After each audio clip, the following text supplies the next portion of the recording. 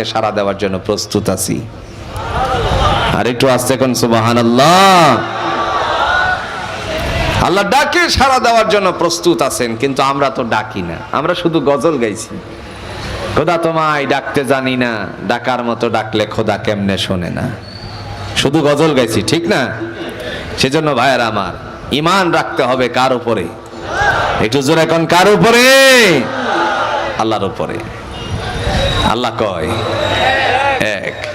Doctor Morris Bucaille একজন বিশিষ্ট দার্শনিক ছিলেন, একজন পিএইচডিধারী মানুষ ছিলেন। তিনি খ্রিস্টীয় ধর্মের উপর অবলম্বী ছিলেন। হঠাৎ করে তার ভিতরে জাগ্রত হলো গবেষণা করতে হবে। গবেষণার মাত্রা বাড়াতে বাড়াতে কোরআনকে নিয়ে রিসার্চ শুরু করলো। যখন কোরআনুল হাকিমকে নিয়ে রিসার্চ শুরু করেছে, একটি পর্যায়ে সে যখন দেখলো যে ঈসা আলাইহিস সালাতু ওয়াস সালামের অস্তিত্ব, মানে তার অবস্থা সম্পর্কে যখন তিনি রিসার্চ করতে শুরু করলো, হঠাৎ করে মায়ের কোলে থাকা অবস্থায় লোকেরা গিয়ে প্রশ্ন করছে যে হে মারিয়াম, এটা কার ফসল? আল্লাহ পাক রব্বুল আলামিনের বান্দি জবান বন্ধ রেখে ইশারা করে দিলেন সন্তানের দিকে, তোমরা তাকে জিজ্ঞেস করো। লোকেরা জিজ্ঞেস করলো, কোলের শিশু কি কখনো কথা বলতে পারে? একটু জোরে এখন কথা বলতে পারে? পৃথিবীতে 3 শিশুকে আল্লাহ কথা বলিয়েছেন, তার মধ্যে একজন ছিল হযরতে জুরাইজ, আল্লাহর বান্দা। ইসরাঈল ছিলেন একজন আবেদ মানুষ। ওই সময়ে পতিতা নারীর জন্য, পতিতা নারীর সন্তান আসার পরে যখন নালিশ করেছিল, অনেক লম্বা হাদিসের কথা আসছে, রিয়াদুস সালিহিনে হাদিসটা টেনেছেন। ওই মানুষের মাঝে যখন আলোচনা ছিল হযরতে জুরাইজের সম্পর্কে, পতিতা নারী বলছে মুহূর্তের ভিতরেই তাকে আল্লাহর ধ্যান থেকে আমি দূরে সরিয়ে দিতে পারি। জোরে কর নাউযুবিল্লাহ।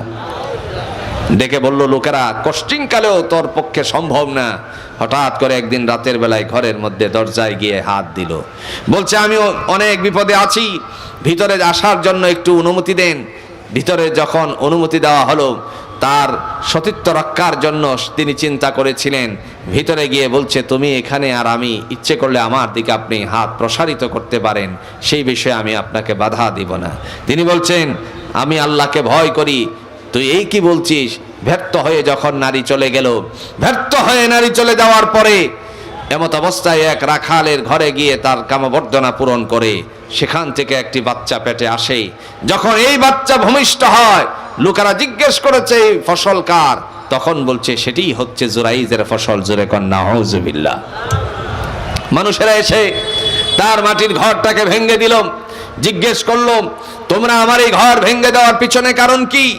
উত্তরে বলছে, দিনের বেলায় আমাদের সামনে সাধু সাজো, রাতের বেলায় তুমি কুকর্ম করো। আশ্চর্যান্বিত অবস্থায় তিনি বললেন, কি বলছো? বুঝিয়ে বলো। বুঝিয়ে বলা হলো, বলছে সেই নারী এবং সন্তানকে আমার সামনে নিয়ে আসো। আসলো। তারপরে তিনি আল্লাহর উপরে মুতাওয়াজ্জহ হয়ে, আল্লাহর দিকে মুতাওয়াজ্জহ হয়ে রব্বে করিমের কাছে যখন চাইলেন, তারপরে আল্লাহ তাআলা তার বান্দাকে কবুল করেছেন। প্রার্থনা কবুল করার পরে শাহাদাত আঙ্গুল দ্বারা ইশারা করে পেটের মধ্যে যখন একটা কুছা দিয়ে বললেন, আল্লাহর আদেশে যদি কথা বলার অধিকার থাকে, অর্থাৎ এমত অবস্থায় নির্দোষ প্রমাণ করার উদ্দেশ্যে আল্লাহর কাছে বলেছিলেন, মহান আল্লাহ এই শিশুর জবান খুলে দিয়ে সাথে সাথেই তাকে নিরপরাধ বলে আখ্যায়িত করে দিয়েছে। দ্বিতীয় নাম্বার শিশুর ইতিহাস আপনারা জানেন।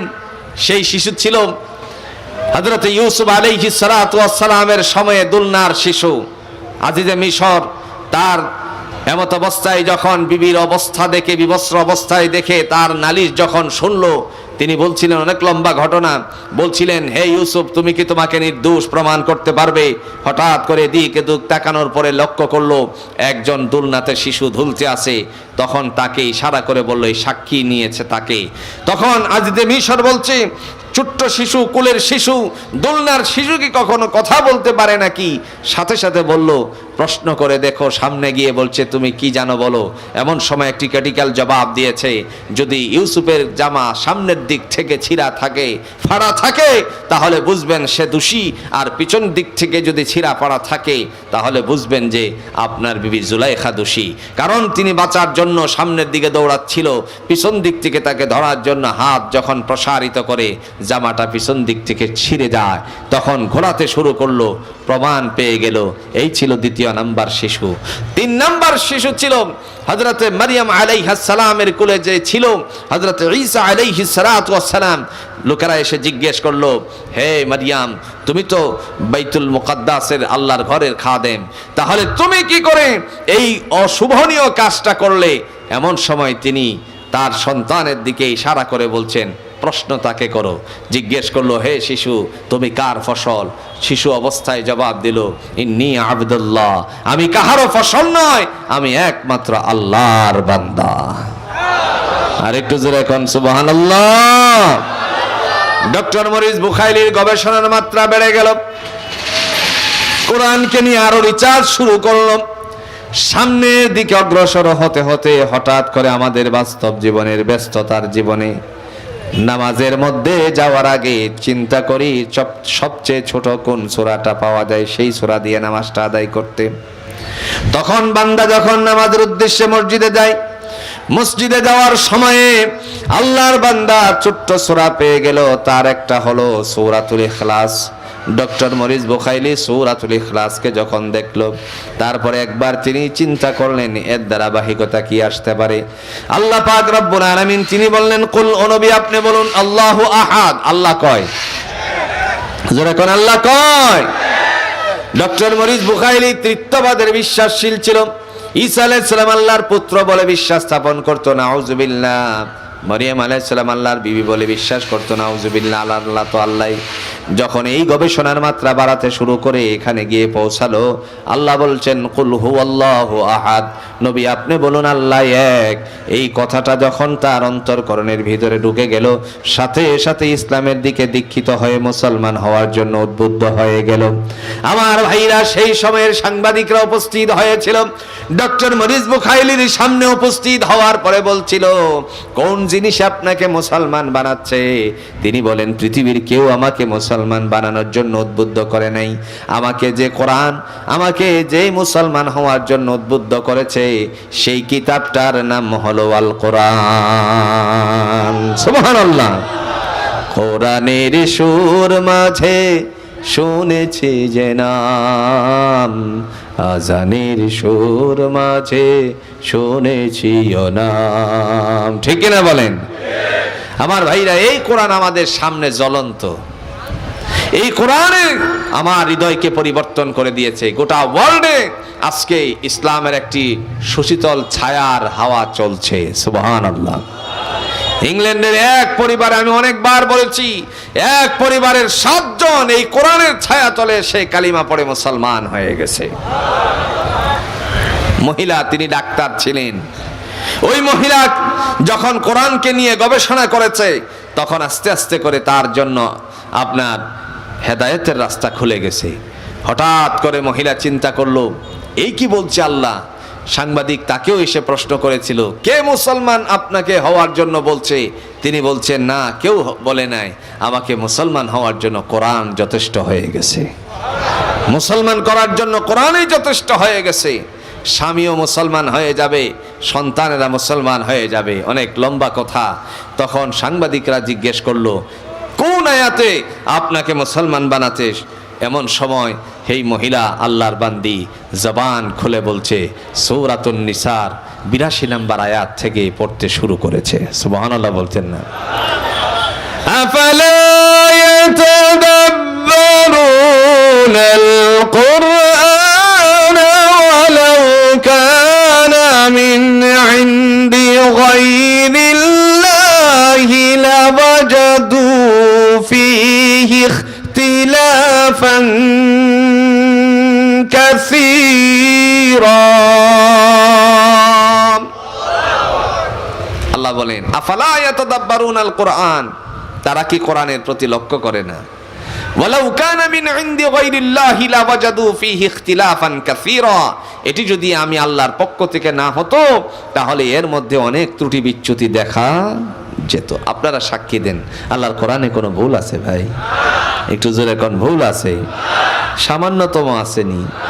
আল্লাহ বলছেন যালিকাল কিতাব, এটা এমন একটি গ্রন্থ, লা রাইবা ফিহি আই লা শাক্কা ফিহি, যার মধ্যে বিন্দু পরিমাণ সন্দেহের অবকাশ নাই। এই কোরআনকে নিয়েও তামাশা হয়েছে।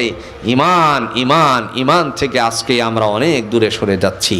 ভাইয়েরা আমার, আমাদের মাঝে ঈমানটাকে আরো মজবুত করা প্রয়োজন। রাসূল বলছেন আখলিস দীনাকা ইয়াকফিকাল আমালুল কলিল, তোমার ঈমানকে মজবুত করো, অল্প আমলই নাজাতের জন্য যথেষ্ট হইবে। আজকে মুসলমানদের ঈমানের মধ্যে অনেক গাফলা আসতেছে, মুসলমানদের ঈমানের মধ্যে অনেক গাফলা আসছে। হাসি উজ্জ্বল চেহারা নিয়ে বাজারে যায়, বাজারে যাওয়ার পরে লোকেরা জিজ্ঞেস করে, ভাই তোমার চেহারাটা দেখা যায় আজকে খুব হাসি, ঘটনা কি? ভাই অনেক পেরেশানিতে ছিলাম, এই যে আজকেই আমার ছেলেটারে বিদেশ পাঠাইতে পারছি। ও আচ্ছা আচ্ছা। হঠাৎ করে কিছুদিন যাওয়ার পর চেহারা আবার মলিন। ভাই কি ব্যাপার? আমার ছেলে তো আকামা নিয়ে অনেক সমস্যায় আছে, আকামা তো পাচ্ছে না, এ নিয়ে বিপদে আছে, একটু দোয়া করিও। 1 মাস পরে আকামা পেয়ে পরের মাসে যখন বাবার কাছে 50,000 টাকা দিল, 50,000 টাকা হাতে পাওয়ার পরে বাজারে এসে অনেক আনন্দিত, টি স্টলে বসে লোকদেরকে চা খাওয়াচ্ছে। এমন সময় উনি এসে পিছন দিক দিয়ে জিজ্ঞেস করলো, আব্দুল্লাহর বাবা, আজকে তো তোমার চেহারাটা অনেক উজ্জ্বল। ডেকে ডেকে বলছে, ভাই আমার ছেলেটা যদি আকামা না পাইতো, আমরা পরিবারের সবাই মরিয়া যাইতাম। কথা বুঝেন নাই? কথার সিস্টেমটা দেখেন। ভাই আজকে যদি আমার ছেলেটা আকামা না পাইতো, তাহলে আমাদের পরিবারের সবাই মরিয়া যাইতাম। তার মানে বোঝা গেল আকামা তাকে বাঁচাইছে নাকি? বাঁচানোর মালিক কে? আরো জোরে কোন, বাঁচানোর মালিক কে? আল্লাহ পাক। বাঁচানোর মালিক হচ্ছেন আল্লাহ সুবহানাহু ওয়া তাআলা। আমার ভাইরা, এই জন্য ঈমান রাখতে হবে কার উপরে? রাসূল বলছেন আখলিস দীনাকা ইয়াকফিকাল আমালুল কলিল, তোমার ঈমানকে মজবুত করো, অল্প আমলই নাজাতের জন্য যথেষ্ট হইবে। সেজন্য ঈমানের বাইরে জোরে কোন্ত কিছু হতে পারে নাকি? আল্লাহ রাব্বুল আলামিন তিনি ডাক দিয়ে বলেন, বাইয়ুতির রাসূলা ফাকাদ আতা আল্লাহ। মনে আসেনি? আল্লাহ বলেন সূরাতুন নিসার 80 নম্বর আয়াতে, যারা আমি আল্লাহর হুকুম মান্য করতে চাও, তোমাদের জন্য ঘোষণা হলো, যারা আমার নবীর হুকুম মান্য করে, আমি আল্লাহরও তারা হুকুম মান্য করে। সুবহানাল্লাহ। এখন নবীর হুকুম মান্য করার পিছনেও তরিকা আছে কিনা? একটু জোরে কোন, তরিকা আছে কিনা? নবীর হুকুম মান্য করার তরিকা আছে কিনা?